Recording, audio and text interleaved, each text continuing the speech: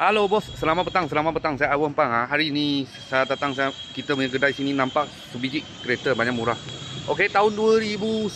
Tahun 2010 BMW 523i. Okey. Lepas tu harga jual 26,800. Ini 2.5 punya, tak ada turbo. Kalau 520 2.0 punya ada turbo. Tapi ini engine 6 biji piston dengan plat. Okey, harga jual 26,800.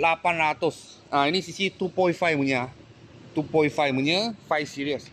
Dalam macam ni lah, kunci saya dah ambil. Sebab ini jauh pada ambil kunci punya tempat lah. Belakang macam ni. Tahun 2010 punya 5 series. Ini bukan ini jalan, ini kereta bukan jalan pickup. Dia jalan top speed punya.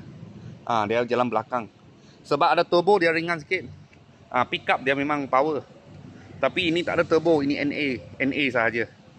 Tahun 2010. Harga jual 26,800, harga cash sahaja. Kalau bos-bos dan kawan-kawan tengah cari satu BM5 series bawah 30, ini ngam. 26,800. Beli ini kereta kita ada free satu warranty kasih you lah. Ada free satu warranty bagi you. Okey. Kalau ada apa mula-mula kereta, saya akan video lagi. Thank you bos, thank you.